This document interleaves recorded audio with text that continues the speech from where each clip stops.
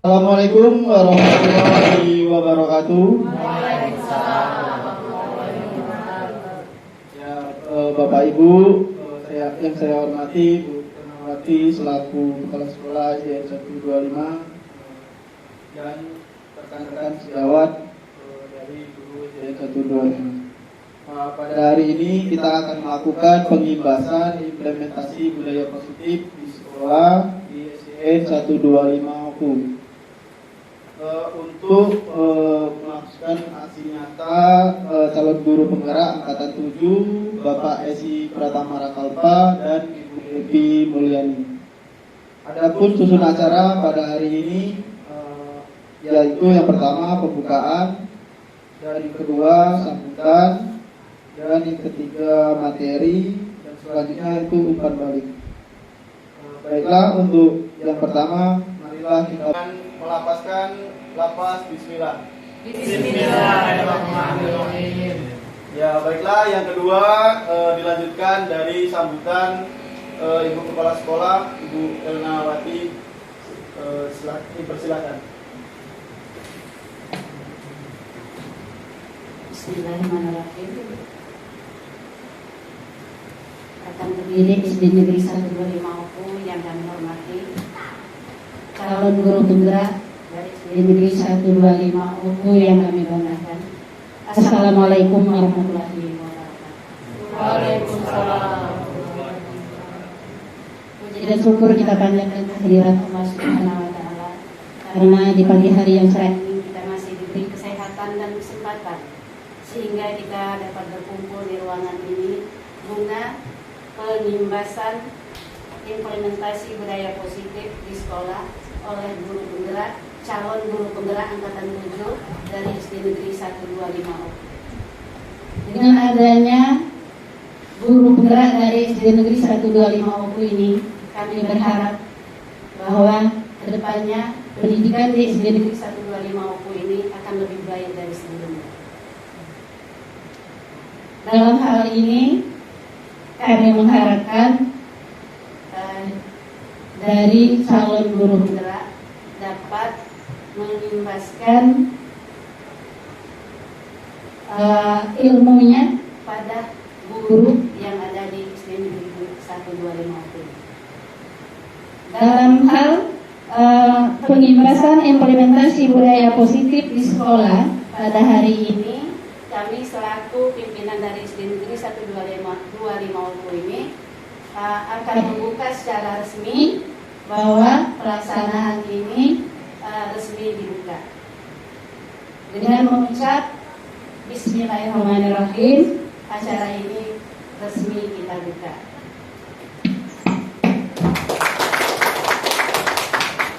Demikianlah kami akhiri. Wassalamualaikum warahmatullahi wabarakatuh.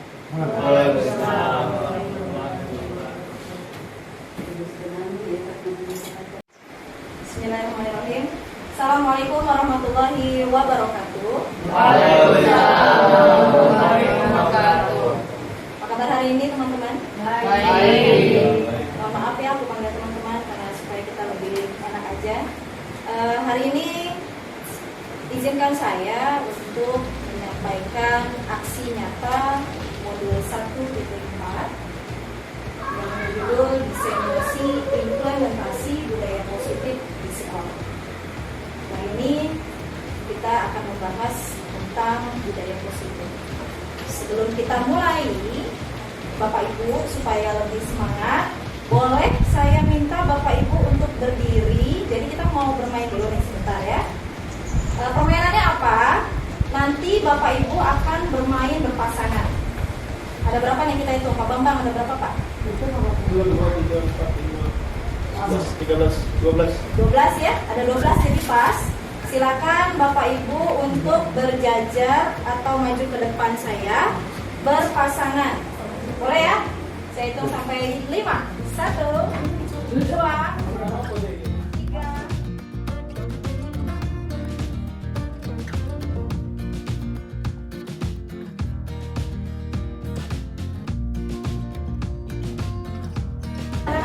Oke. Apa permainannya? Bapak Ibu kan pintar matematika semua nih. Ya. kita akan bermain yaitu genap ganjil. Yang sejajarannya Bapak Esi sampai ke Pak Heri itu adalah genap. Bilangan genap kan dari 0, 2, 4 dan seterusnya. Untuk yang Ibu Desi sampai Pak Selamat ganjil. Paham ya? Kita ingat-ingat dulu nih. Jajaran sini apa? Genap. Nah, jajaran sana? Ganjil. Oke. Siap ya? Jadi permainannya adalah kalau saya menyebutkan angka genap, Bapak Ibu silakan coba ulurkan tangannya seperti ini, tapi jangan nempel.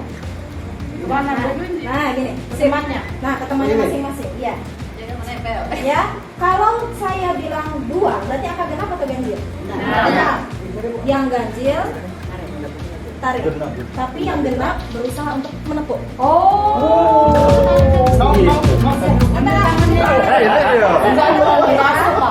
Kita kasih contoh. Lalu yang ganjil Tidak boleh menarik ke belakang.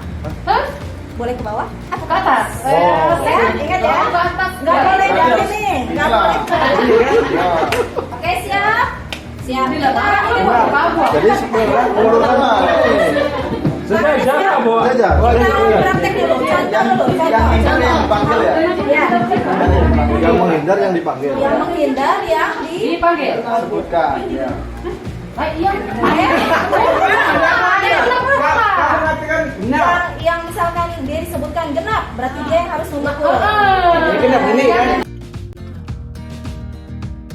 Kita contohkan dulu. Ganjil.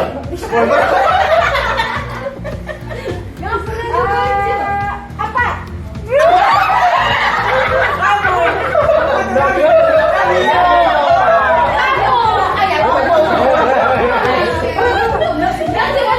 Ya, jadi yang itu kamu depan.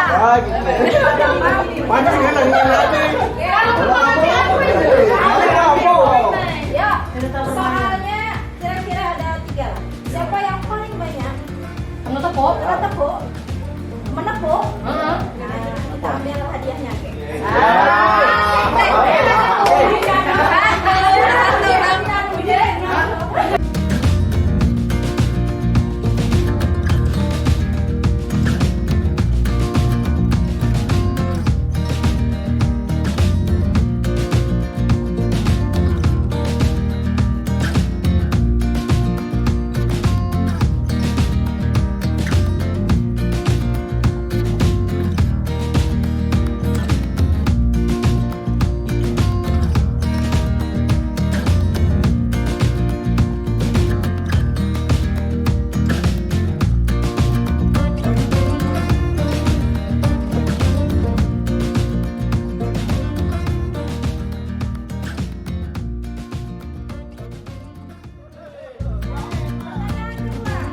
Sudah.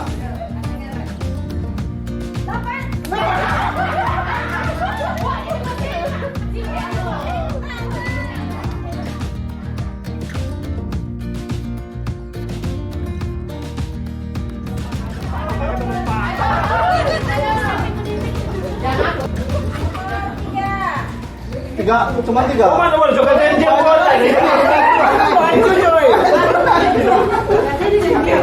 Siap. Ada lepok-lepok ganjil. 200.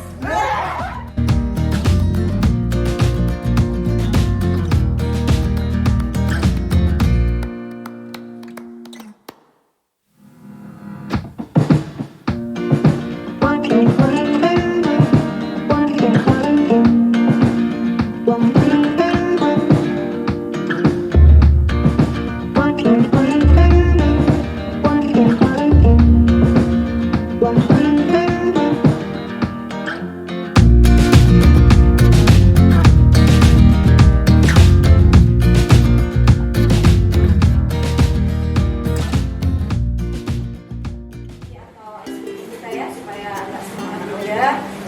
Jadi ada yang tahu nggak dari kira-kira dari permainan tadi, Bapak Ibu, apa sih hikmahnya?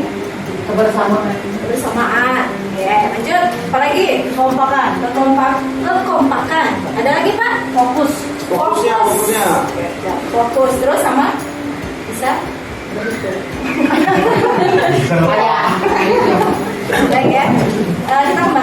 Jadi ice breaking ini juga merupakan sebuah budaya positif. Kalau kita bisa menerapkannya baik pada rekan, juga terutama pada anak murid kita. Kita lanjut ya Pak, Bapak Ibu. Baik. Pendidikan. Pendidikan adalah sebuah tuntunan dalam hidup dan tumbuh kembang. Bagaimana menurut Ki Hajar Dewantara bahwa pendidikan itu berarti menuntun. Menuntun artinya mengarahkan anak sesuai dengan kode masing-masing. Jadi karena kita sudah memahami atau menyadari bahwa setiap orang itu pasti berbeda. Setiap kepala pasti punya isi yang berbeda. Karakternya berbeda-beda. Maka dari itu kita tidak bisa menyamakan cara membelajarkan kepada murid kita sesuai dengan kehendak kita.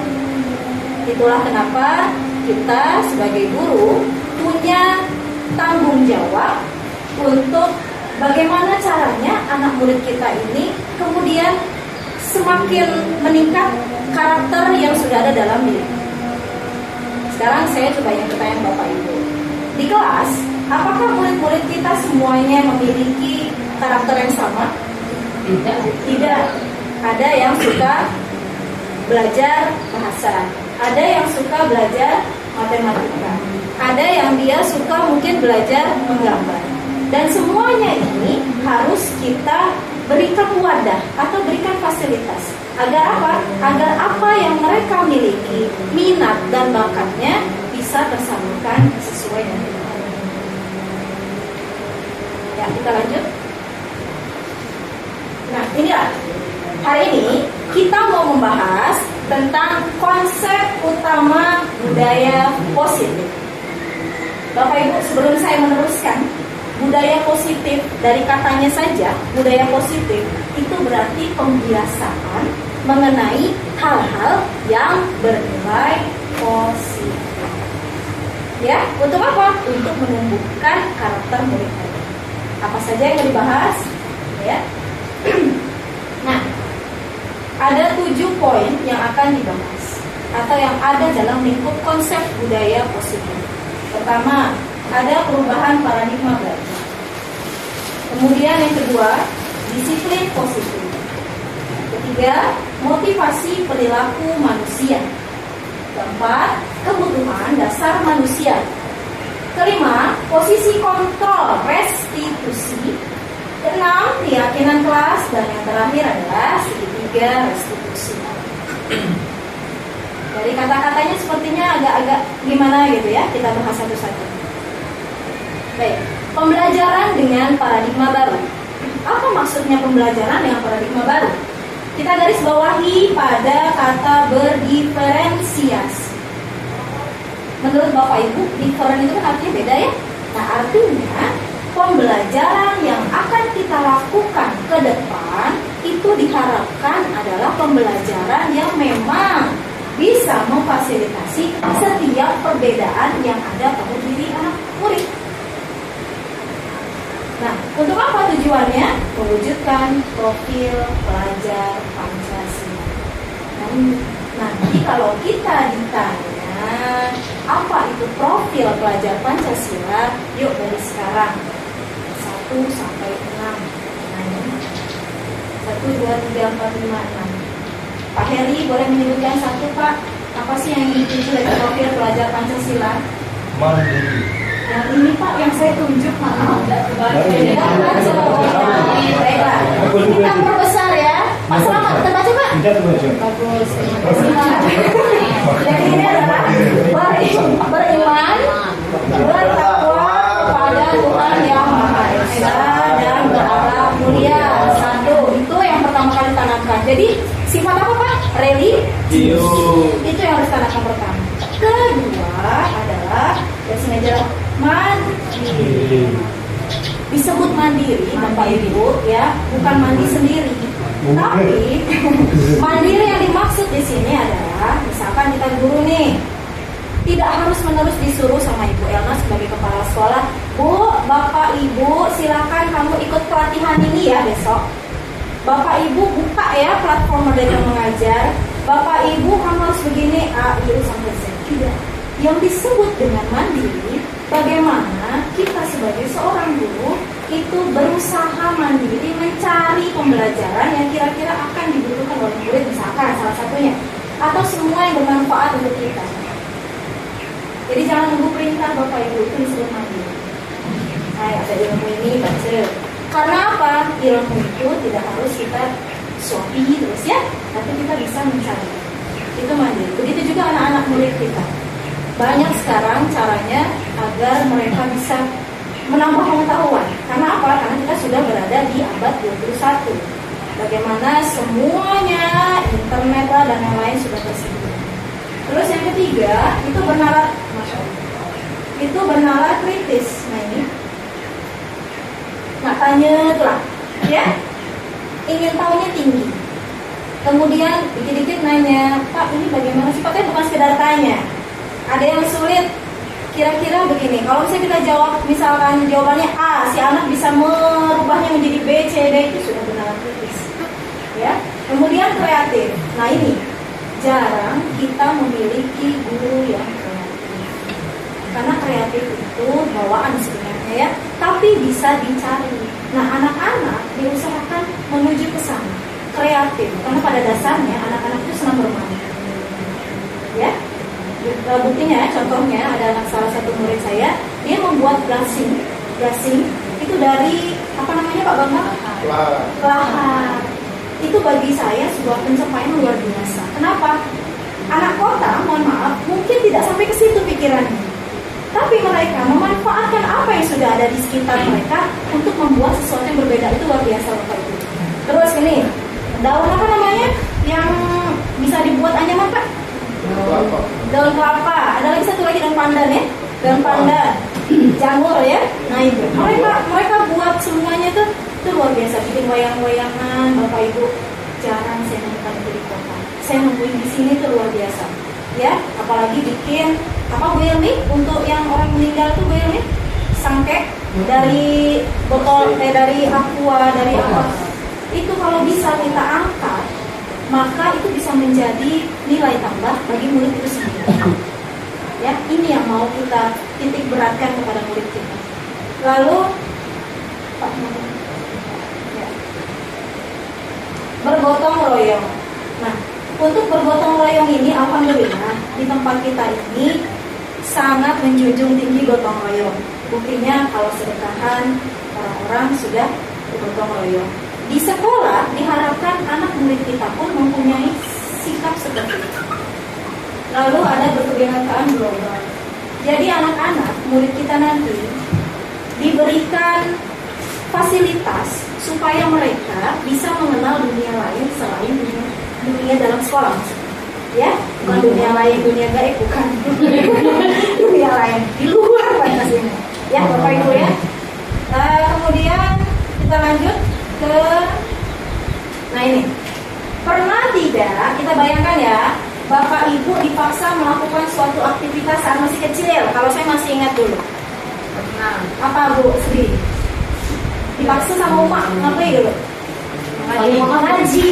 Suruh ngaji, aman nggak ngaji? Disebar, ya? Kalau nggak ngaji disebar. Ada lagi? Pak Heri, apa Pak Heri? Pengalaman waktu kecil? Oh, disuruh tidur siang. Suruh tidur siang, nggak mau. Iya benar. Terus Bapak ngapain? Pura-pura tidur ya? Atau mungkin sebagai guru nih, sekarang kita posisi sebagai guru lah. Kita memaksa melakukan sesuatu pada anak atau murid kita. Kalau saya, ya pernah juga. Bapak Ibu pernah memaksa anak-anak murid kita melakukan sesuatu yang kita pengen? Nah, ada ribut. Pengennya kita nggak ribut kan? Nah, kita memaksakan sesuatu kepada ini. Nah, anak-anak, kalian harus ikut les privat sama ibu ya. Nah, itu. Kedua, kalian wajib ya ikut renang. Nah, kata Pak Heri sebagai guru olahraga, kalian wajib ya ikut renang. Terus, nah ini kalimat yang sering kita pakai atau terkadang kita tidak sadar mengucapkan ini. Bukan pada murid sendiri, ada anak mungkin misalkan ada anak lagi main gitar atau main apa, tiba-tiba kita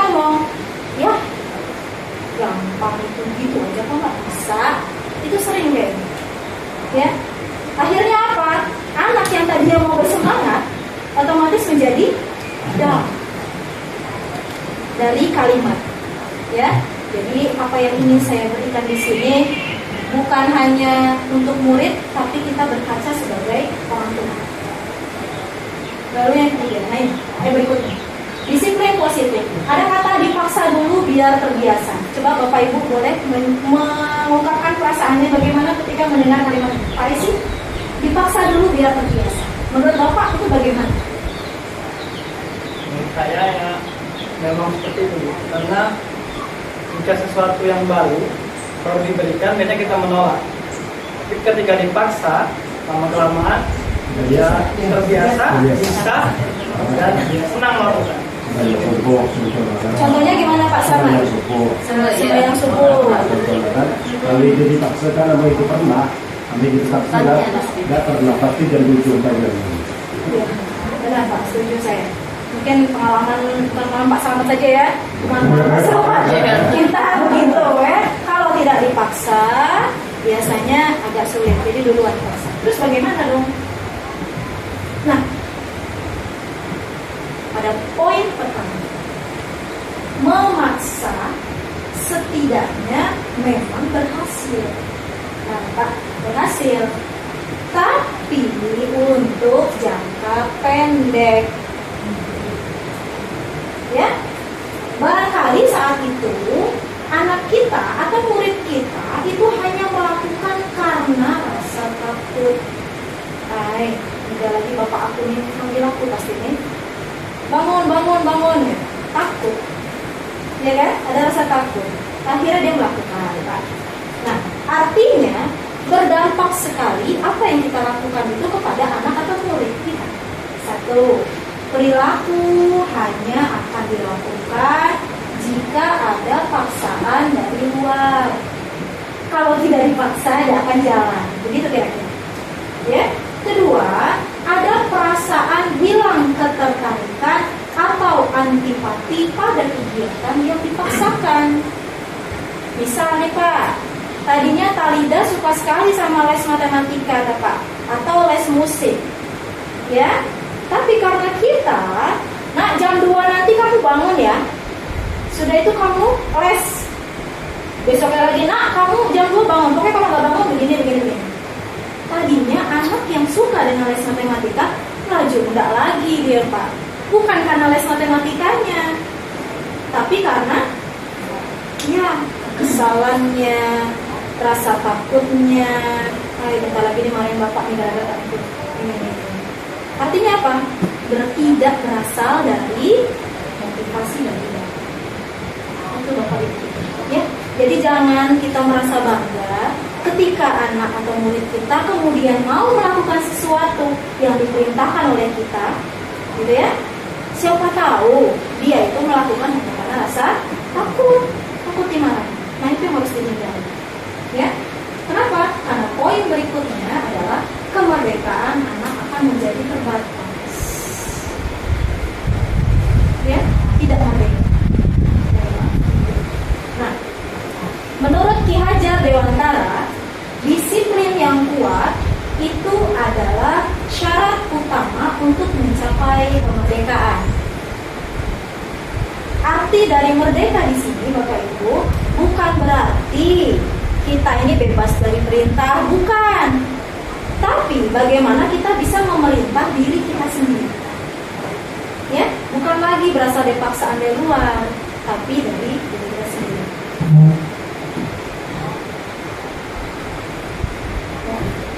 Dalam konteks pendidikan, untuk menciptakan murid yang merdeka diperlukan disiplin yang kuat, yaitu disiplin diri dan motivasi internal atau motivasi dari dalam.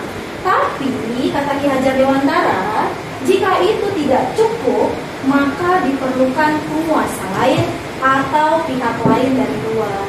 Jadi bukan berarti tidak boleh, boleh. Hanya saja diharapkan motivasi dari luar itu sebagai alternatif atau jalan terakhir yang bisa kita lakukan. Lalu bagaimana sih cara kita sebagai seorang pendidik menerapkan disiplin positif pada anak murid? Yang pertama, kita bisa mengajak murid kita itu melakukan kegiatan yang membuat mereka senang. Nah, kira-kira kalau di kelas kan mereka kan bosan ya. Makanya bagaimana caranya supaya kita itu bisa membuat anak-anak disiplin tanpa mereka merasa dipaksa. Buat kesenangan mereka apa? Kalau mereka sukanya game, buat games. Ya, kalau mereka sukanya main di luar, belajar di luar. Mungkin dengan seperti itu berkurang keributan mereka di kelas. Ya. Terus yang kedua, membantu murid menemukan inspirasinya. Mereka mau apa? Mereka mau bagaimana? Ya, sekali-kali boleh tanya sama anak murid kita, nak, kamu maunya belajar bagaimana sih? Maunya belajar seperti apa? Ya, kalau enggak, ya. Yang ketiga, membuka ruang dialog dengan murid. Nah, ini maksud saya tadi. Sekali-sekali silakan Bapak Ibu coba berbicara dari hati ke hati dengan anak murid. Ya, kalian ingin belajar bagaimana dan lain-lain. Nah, ini ada hukuman dan konsekuensi. Hukuman bersifat tidak terencana atau tiba-tiba. Misalkan Bu Ilmi, mohon maaf Bu Ilmi ya, Bu Ilmi lagi di kelas, tiba-tiba ada anak yang kemudian datang terlambat. Apa yang ingin Bu Ilmi lakukan? Nah, dilakukan murid itu Bu. Ditanyakan pertama ya. Atau barangkali Bu Ilmi langsung, kamu terlambat, silakan kamu di depan sana atau di ujung kelas sambil angkat kaki, sambil pegang telinga. Enggak lah. Tidak, alhamdulillah tidak. Tapi Bu, Bapak Ibu ya, dulu zaman saya masih kecil itu rata-rata seperti itu. Tidak, benar ya? Siapa yang mengerjakan PR? Saya Bu, maju ke depan. Tegak sama, gitu kan? Berdiri di sana, angkat kaki sampai istirahat. Pernah kita lakukan? Pernah.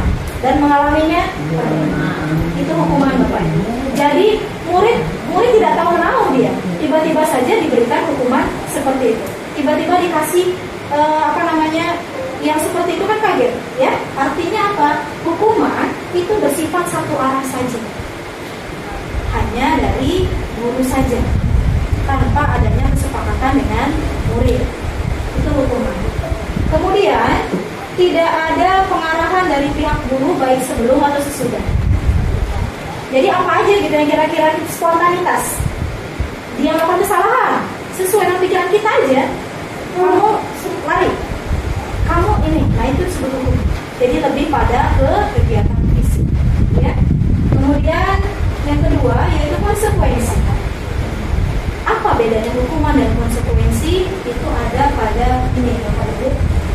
Kalau hukuman yang tadi saya sebutkan itu tanpa adanya kesepakatan, ya, benar. Sedangkan konsekuensi itu sudah terencana atau sudah disepakati, ya, sudah dibahas dan disetujui oleh murid dan guru.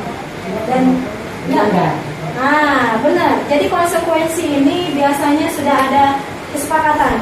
Nanti kamu kalau ini enak ya, gitu kan? Nah, jadi memang sudah ada data umumnya. Misalkan setelah 3 kali tugas tidak diselesaikan, maka si anak akan dihukum. Itu namanya konsekuensi. Nah, terlalu kecil ya? Kelihatan tidak? Oh, dibacakan aja ya. Iya. Bisa kan Pak Bambang? Tidak ya? Gak usah ngomong. Ya, kita baca ya yang ke-1. Bapak Ibu jawab cepat ya. Mencatat 100 kali dalam buku kalimat saya tidak akan terlambat lagi karena terlambat sekolah. Hukuman atau konsekuensi? Konsekuensi. Lari mengelilingi lapangan basket 2 kali karena terlambat lagi. Hukuman. Membersihkan catatan di buatnya meja tulis. Konsekuensi. Konsekuensi. Tadi Pak Ardiansa jawab hukuman, Pak. Hukuman ya Pak ya.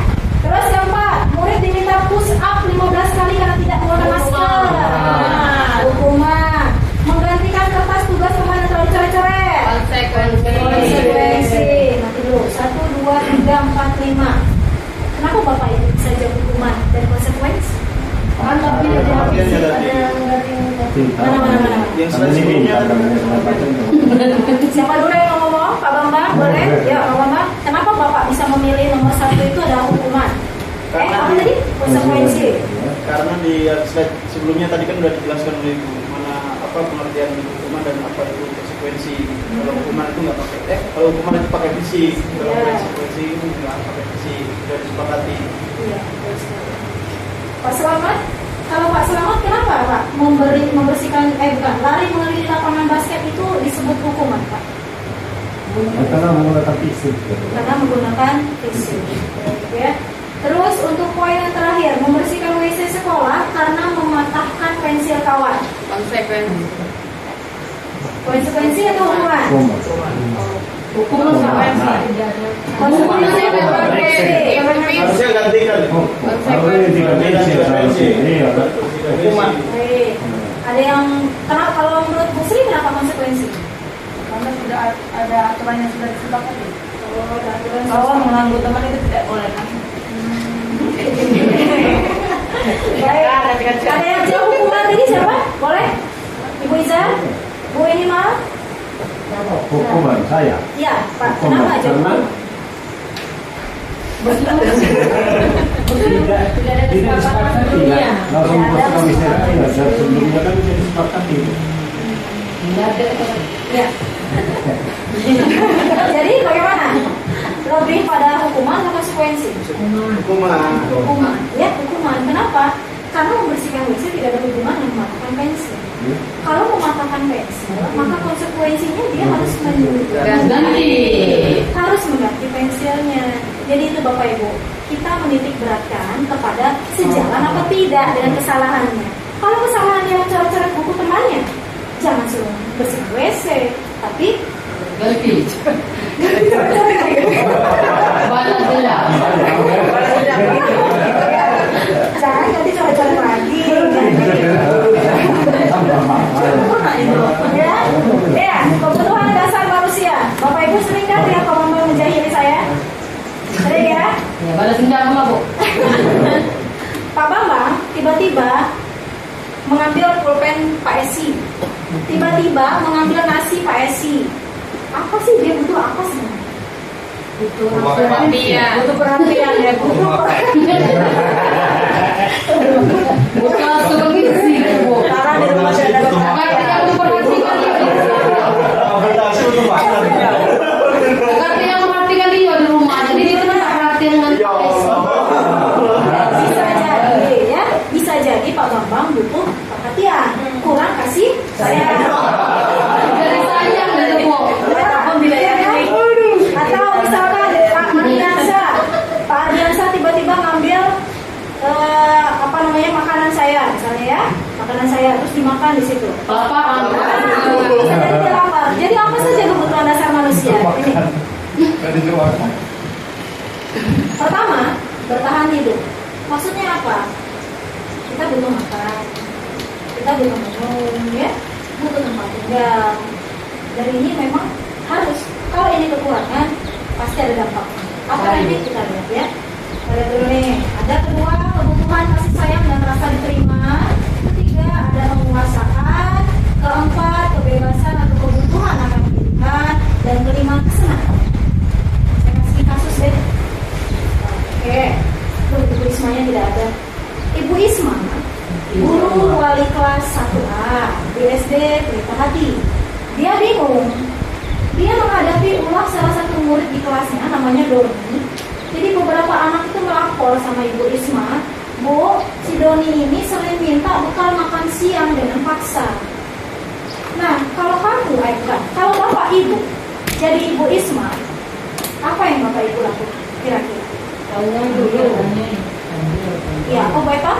Dipanggil dulu terlebih dahulu, terus ditanya alasan dia melakukan itu apa? Dipanggil dulu, terus ditanya alasannya kenapa. Ada lagi? Nah, kira-kira Bapak Ibu, dia kekurangan di mana ya? Kebutuhan apa yang dia kurang? Apa mungkin itu memang jahil? Nah, kita lihat alternatif Bisa dimakan kan yang bilang. bisa jadi Bu. Kita lihat Bu ya, kita analisis ya. Satu, kalau dia kebutuhannya ingin bertahan hidup, dia pasti jawab lapar. Iya. Lapar Bu, apa nih Bu? Berarti kebutuhan bertahan hidup dia ya tinggi.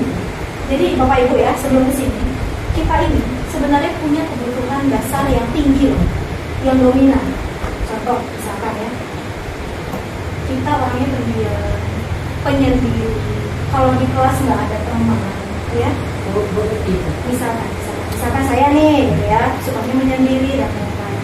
Terus ibu guru saya nunjuk tiba-tiba, Devi, besok kamu ikutan ini ya, lomba debat antar sekolah. Ternyata dari mulai si ibunya nyuruh, yang terjadi adalah si Devi ini kemudian muncul ke atas. Apa yang muncul ke atas? Nimbul. Bukan. Aktif sekali debat, dia lebih percaya diri, dia punya banyak kawan. Artinya kebutuhan ibu Devi dengan rasa kasih diterima tadi itu yang kurang. Ketika dinaikkan sama ibu gurunya, muncullah kebutuhan. Benar. Jadi kita memberikan tempat untuk kebutuhan. Nah ini Bapak Ibu, kalau yang di Doni tadi jawab senang Bu, kenapa dia senang? Gini loh, senang aja. Temennya kan melapor nih sama gurunya, Bu si Doni si anu. Gurunya akhirnya melapor ke orang tuanya. Orang tuanya jadi perhatian sama si Doni, ya kan? Doni berhasil mewujudkan kebutuhan dia. Oh itu berarti dia kurang kasih sayang. Dia pengen diterima, ya. Terus ketiga, kalau dia jawab hebat kan aku Bu, nah semua nurut sama aku Bu. Artinya kebutuhan yang dia paling tinggi adalah penguasaan. Pengen diakui, pengen dihargai si aku tadi, ya. Keempat, kalau dia jawab bosen Bu, makanannya itu aja, umakku nih bawakan aku nasi telur, gue telur. Nah, artinya dia butuh kebebasan. Dia pengen yang lain sebenarnya. Artinya apa? Kita sebagai guru bisa menyampaikan, oh ya sudah, mulai besok kamu bilang sama mama kamu, tidak karena berhenti Bu, nasi sama mie, nasi sama telur goreng, besok telur rebus. Ya. Nah terus kelima, kalau dia jawab cuma iseng, ini kebanyakan murid saya begitu Bu. Iseng aja kok Bu, lucu dan mereka. Ini ada contohnya di murid saya. Ya, itu inisialnya R itu. Kalau di kelas cuma nyenggol gini, temennya kan ayengan nih, gitu kan ya, tahu deh. Diselengkat dikit, ayengan nih, tahu dia. Artinya dia di sini hiburan. Nah benar, dia butuh hiburan Bapak Ibu. Dia itu jaya gitu. Sama seperti contoh Pak Bambang tadi, dia senang lihat orang marah, dia senang lihat orang ini kesal gitu. Artinya dia kebutuhannya itu senangnya kurang.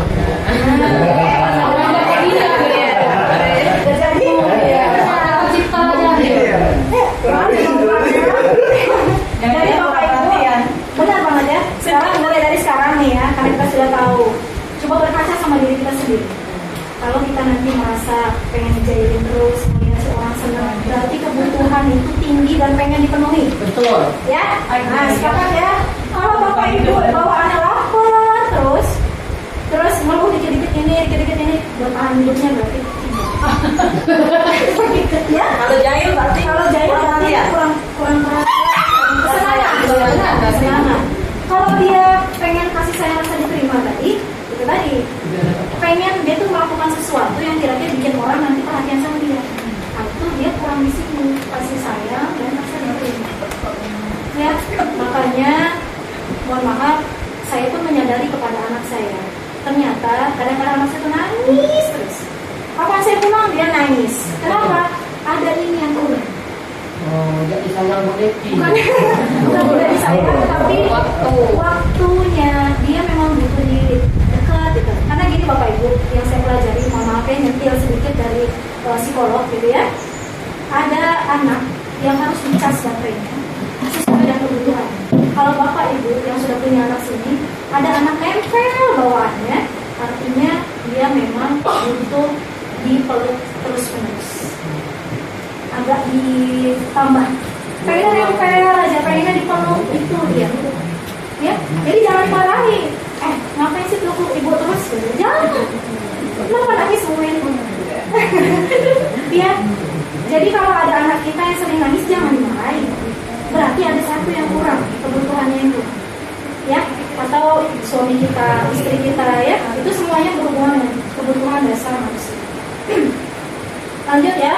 Nah ini tadi Bu, setiap perilaku manusia punya tujuan walaupun sekedar buang sampah. Nih gini ya misalkan, Pak Bambang, maaf ya Bambang ya.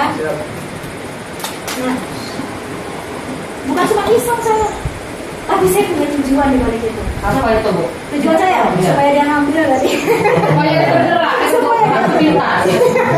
Jadi setiap perilaku itu punya tujuan. Ya, jadi itu menurut Dr. William Lawson. Siapa itu? Bisa searching di Google ya. Dia itu tokoh teori kontrol.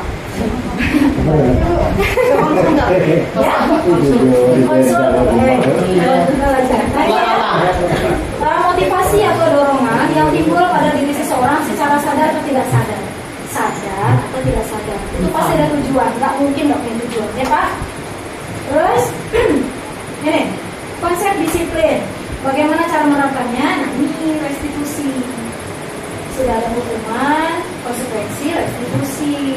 Restitusi ini cara baru untuk menciptakan kondisi bagaimana memperbaiki kesalahan anak tanpa membuat mereka merasa bersalah. Nah, jadi bagaimana?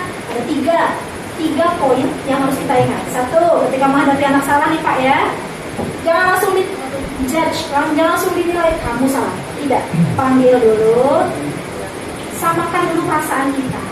Misalkan Bu, ada anak nangis, Bu aku kesel Bu. Nah, Bu aku kesel Bu.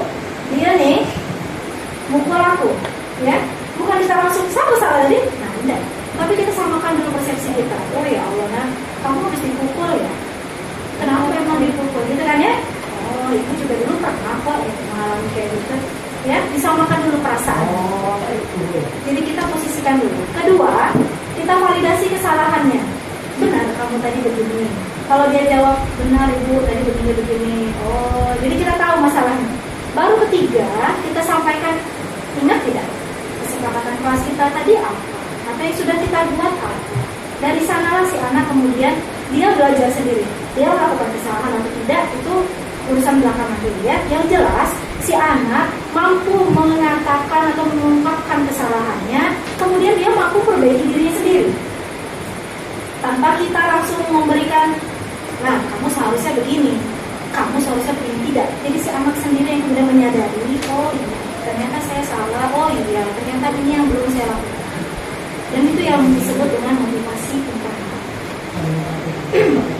Ini ya, ini hukuman, konsekuensi. Berarti sudah paham Bapak Ibu ya? Restitusi, insya Allah sudah paham. Ini ya, 5 posisi kontrol.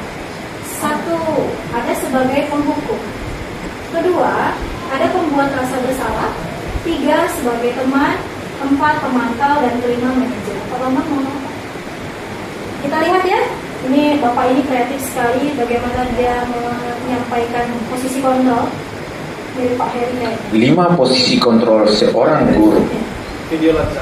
Pertama, penghukum.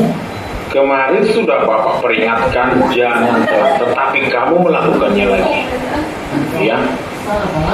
Karena kamu tidak mengikuti peraturan yang ada di sekolah ini, maka kamu dihukum 20 kali skop jam. Ya, jangan berpakaian. Saya tidak suka cara seperti berpakaian. Ya, karena pakaian seperti itu tidak rapi. Tambah 10 kali skop jam. 30 kali skop jam. Laksanakan segera. Dan kalau hari ini saya lihat lagi, saya temukan kalau ada kesalahan, saya suruh kamu 20 kali di lapangan. Jangan terbiasa. Ya. 2. Membuat orang merasa bersalah. Eko. Telat lagi. Coba deh, tanya dulu hatimu sendiri. Mau jadi orang yang seperti apa kau nanti? Ayo, bisa kau jawab. Apakah orang tuamu bangga mempunyai anak seperti kamu? Mungkin jika orang tuamu tahu, bisa saja dia menyesal punya anak seperti kamu. 3. Guru rasa teman. Oke. Hari ini kamu telat lagi ya Eko ya. Kenapa sih Eko? Ayolah, Ikan kamu sudah berjanji sama Bapak tidak mau melakukannya lagi. Tapi kenapa? Kan kau sudah tahu Bapak adalah pimpinan di sini. Pimpinan yang mana? Saya menghargai dong. Iya? Oke. Jadi kali ini tidak apa-apa. Tapi lain kali jangan diulangi lagi ya. Gitu dong. Oke. 4. Guru sama pemantau. Eko. Coba saya lihat dulu catatanmu ya. Telat lagi Eko. Eko telat 1, Eko telat 2, Eko telat 3, Eko telat 4. Eko. 10 kali ya selama ini. Nah, Eko. Sudah tahu kan apa peraturannya? Nah, hari ini apa yang kau lakukan? Jadi, tahu kan apa sanksi dan konsekuensinya? Oke, kalau itu laksanakan.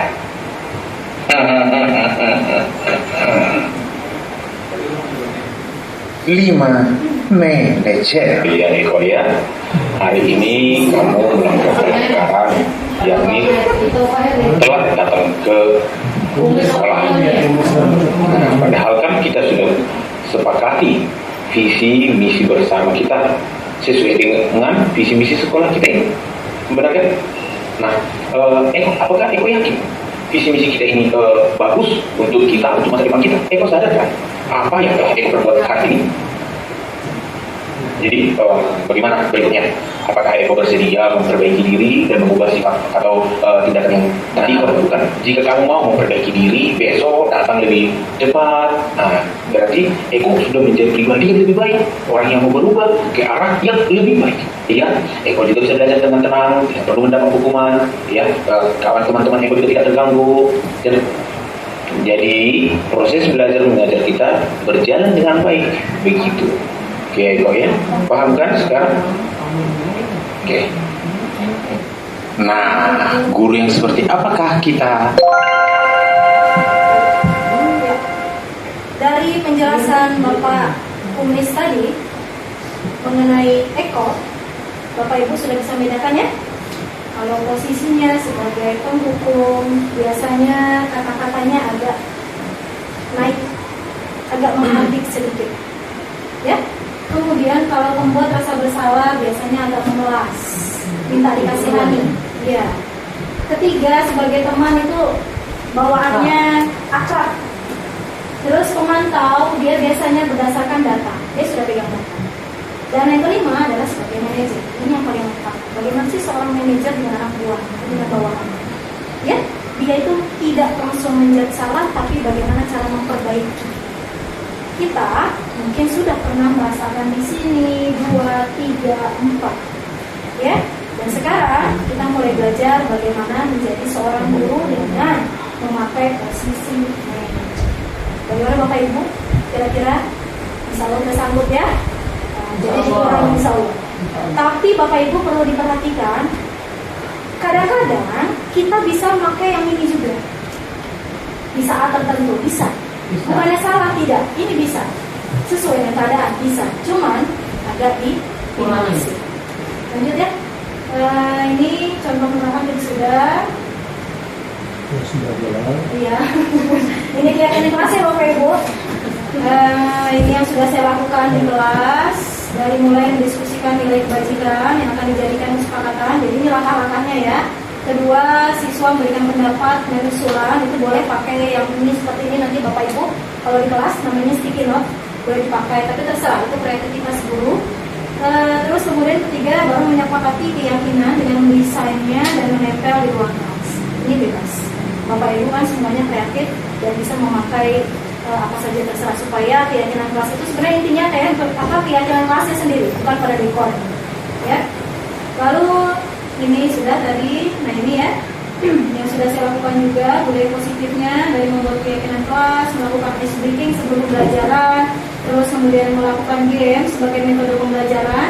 Ini saya pakai pada saat pelajaran matematika supaya anak-anak tuh, alhamdulillah anak-anak tuh senang matematika ya. Tadinya malas dia pada matematika jadi senang gitu ya.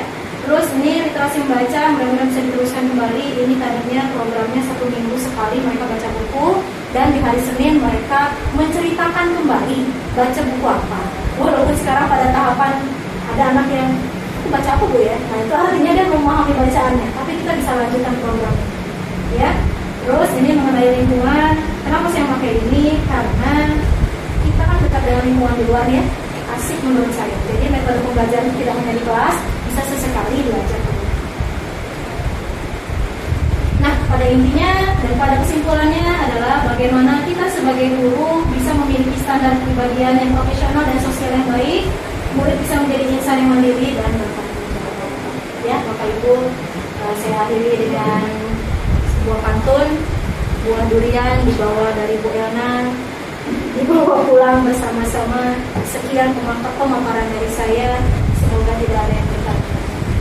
Ya, baik. Kalau ada yang mau bertanya boleh. Kalau tidak ya silakan. Barangkali ada yang mau memberikan umpan balik, boleh ke depan Bapak Ibu. 1 kalimat, 2 kalimat. Pak Ian, Pak Heri, Bu Minimal, boleh?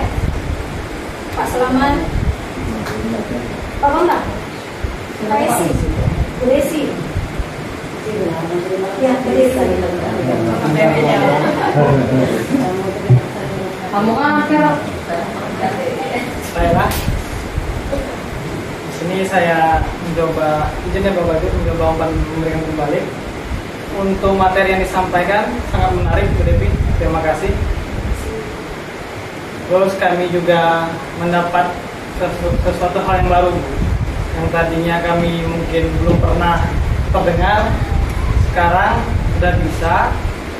Nah, semoga ke depan kami bisa lebih baik lagi. Masalah yang teori kontrol tadi ada 5. Mungkin saya sendiri sebagai penghukum itu masih menghukum, memberi rasa bersalah. Kalau yang manajer atau sebagai menasihati pernah dilakukan, cuma mungkin tidak menuntut Bapak Ibu. Setelah dihukum baru dinasihati seperti itu. Atau ini itu sudah kami lakukan, cuma kami belum paham. Tapi dikit banyak sudah itu. Bukan berarti kami hanya menghukum, tidak. Di kelas saya juga sering siswa melakukan kesalahan, dan itu ya tidak harus dihukum. Memang kita menasihati. Cuman dengan segitiga institusi tadi belum teratur saja Bu. Mungkin ke depan dengan pengimbasan ini kami bisa mengikuti keyakinan kelas, mungkin bisa kami buat. Tolong bimbingannya. Mungkin sekian. Terima kasih. Tepuk tangan untuk Pak Esi. Ini mudah-mudahan kita ke depan bisa jadi guru yang lebih baik lagi, guru yang tidak hanya menjalankan tugas, tapi juga bagaimana memahami karakter murid kita masing-masing.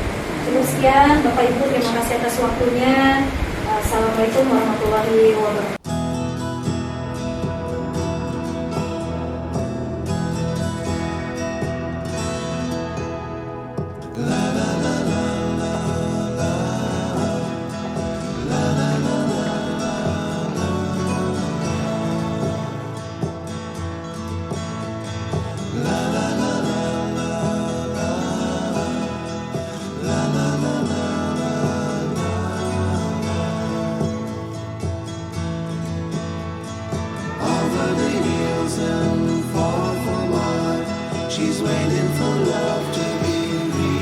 Ada seorang anak bernama Dira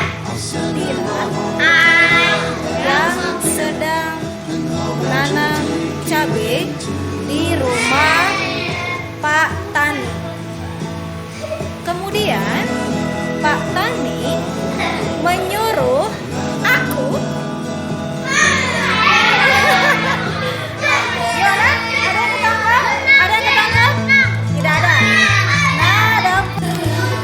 Pertanyaan nomor 1. Bangun datar segitiga sama kaki.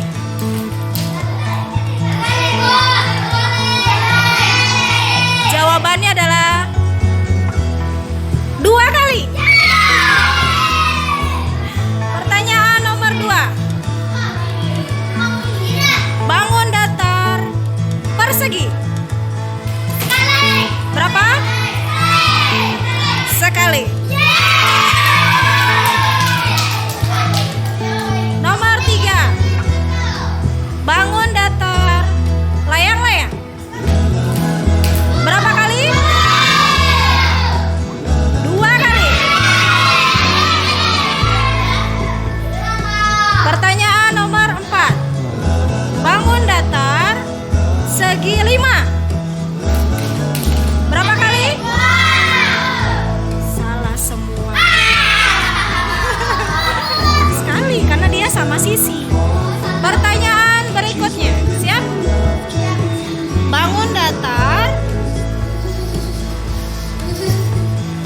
ketupat.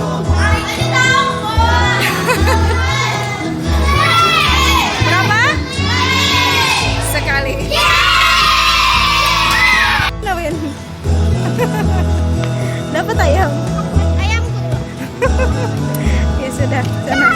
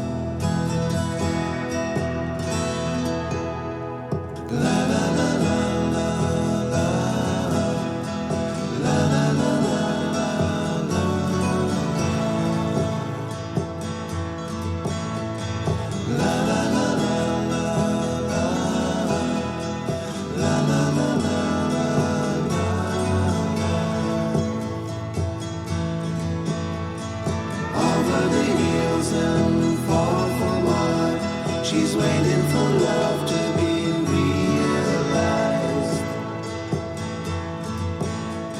I'll send her my heart.